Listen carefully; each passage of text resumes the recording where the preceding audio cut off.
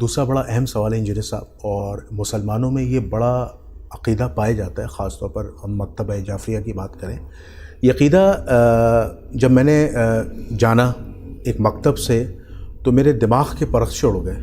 میں نے کہا میں قرآن و سنت کی روشنی میں اس سے آپ کی دلیل مانگوں کہ اہل تشیعوں کا یہ عقیدہ ہے کہ مولا علی علیہ السلام کل قیامت کے دن جنت اور جہنم کا فیصلہ کریں گے، اور ان کے یہاں ایک روایت ہے انا قسیم الجنت والنار، کہ وہ جنت اور جہنم کی تقسیم کریں گے. کس بنیاد پہ؟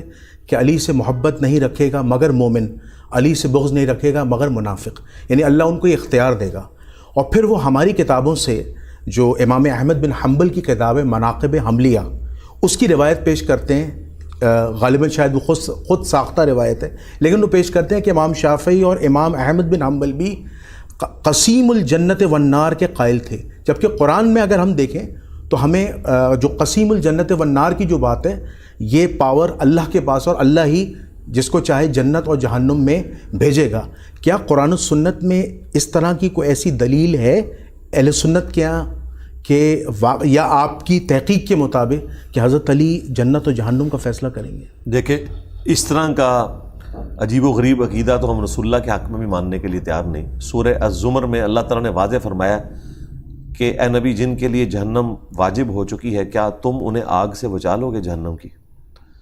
اگر کوئی شخص شفاعت کے عقیدے کو اس طرح بگاڑ کے پیش کرتا ہے تو وہ اتنا ہی بیان کرے جتنا ہے.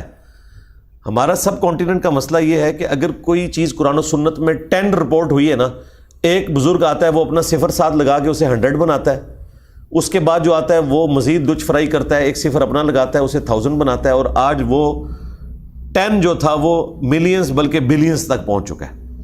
شفاعت کا عقیدہ تو برحق ہے، وہ تو واضح ہے. قرآن پاک میں اللہ تعالیٰ نے فرمایا عسیٰ ان یبعثک ربک مقاما محمودا، ان قریب آپ کا رب آپ کو اس مقام پر فائز کرے گا کہ سب آپ کی حمد کریں گے، تعریف کریں گے. اسی کانٹیکسٹ میں بخاری مسلم میں حدیث ہے، حدیث شفاعت کافی لمبی ہے کہ تمام انبیاء سے ہوتے ہوئے الٹیمیٹلی رسول اللہ کے پاس لوگ آئیں گے.